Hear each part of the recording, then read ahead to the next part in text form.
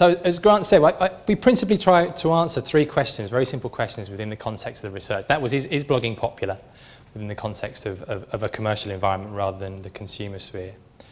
Is it a business tool? And does it have a future? The simple answer to those is probably yes, yes, and yes, not to spoil the final slide on the presentation.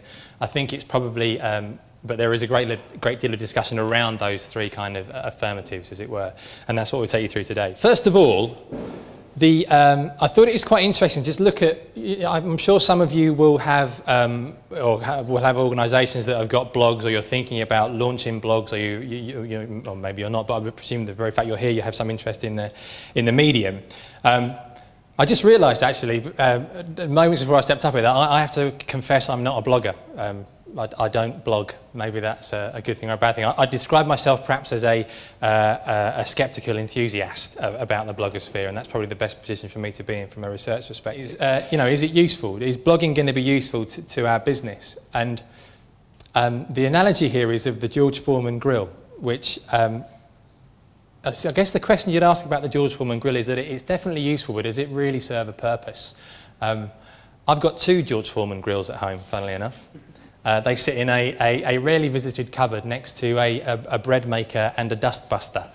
So you get the sense of, are we just doing this because it's there, because we can, and we want to engage in new exciting toys for our corporation, or does it have fundamental value? So 71 million blogs worldwide. Most of those, it has to be said, are redundant, but you'll see that 15.5 million blogs have been updated in the last 90 days, giving you a sense of how many people are utilising the medium.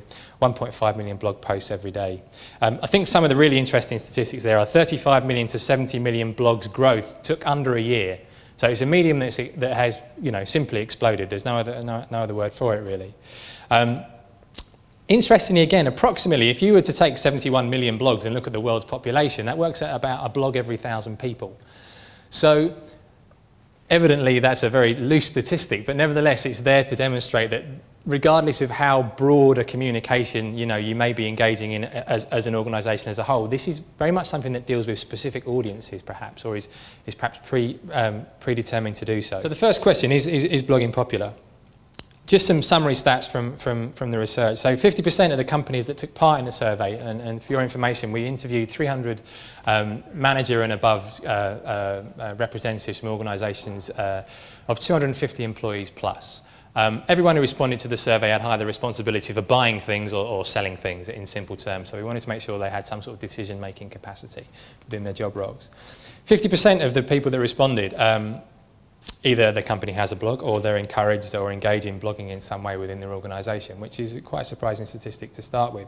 But I think even more so, and perhaps to give you an idea of where the barometer resides perhaps in blogging at the moment, 64% of the company blogs that existed within the respondents from the survey have been launched in the past 6 months. So again, that's a phenomenal growth rate. I mean, even just by measures of normal surveys we may do. Also, you see very healthily that 2/3 of the sample are managers that have visited blogs in the past 12 months, and that only 17% in the fourth bubble there, people not interested in blogs. Only 17%. They cite scepticism and a lack of time for not doing so. So clearly, people are engaged in this medium.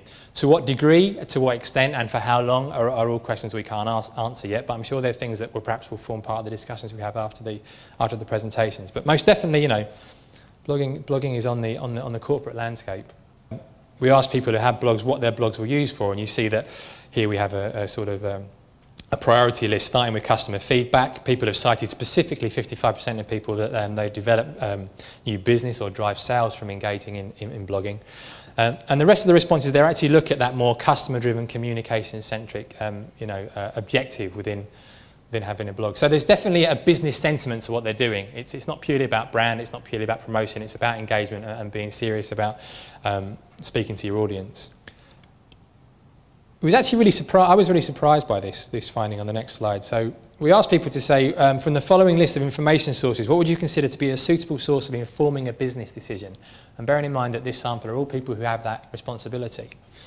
And though at a glance, 37% of people citing a blog as being a suitable medium may not seem that impressive, I think if you look at it in context of the rest of the things that we may use day to day, it's actually quite striking that you know, a lot of people would consider a business blog as a more informative business decision medium, as it were, than a lot of things that perhaps you know, that we may consider that are more appropriate: newspaper editorial, TV advertising, radio editorial, etc. Open comments that we ask people, you know, what advantages in terms of working with customers, suppliers, colleagues, or the media has a blog given your company?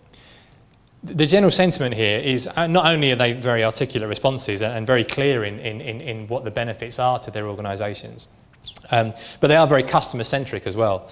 You know, for the first time, the voice of the customer is actually a voice of the customer rather than the customer filling in customer satisfaction forms. And I think that's quite interesting. You know, your customer base within blogging turns from, you know, ABC1 males living in the north of England to, you know, somebody called John who might be from Hull or something. They get identities, and there is something something unique about that shouldn't be overlooked. But essentially, the point is not necessarily what the driver is. I think the point is the gap. If you are someone who sells on behalf of a business, and essentially your audience is going to be buyers within organisations, then evidently blogs is something that the selling audience appears to be overlooking.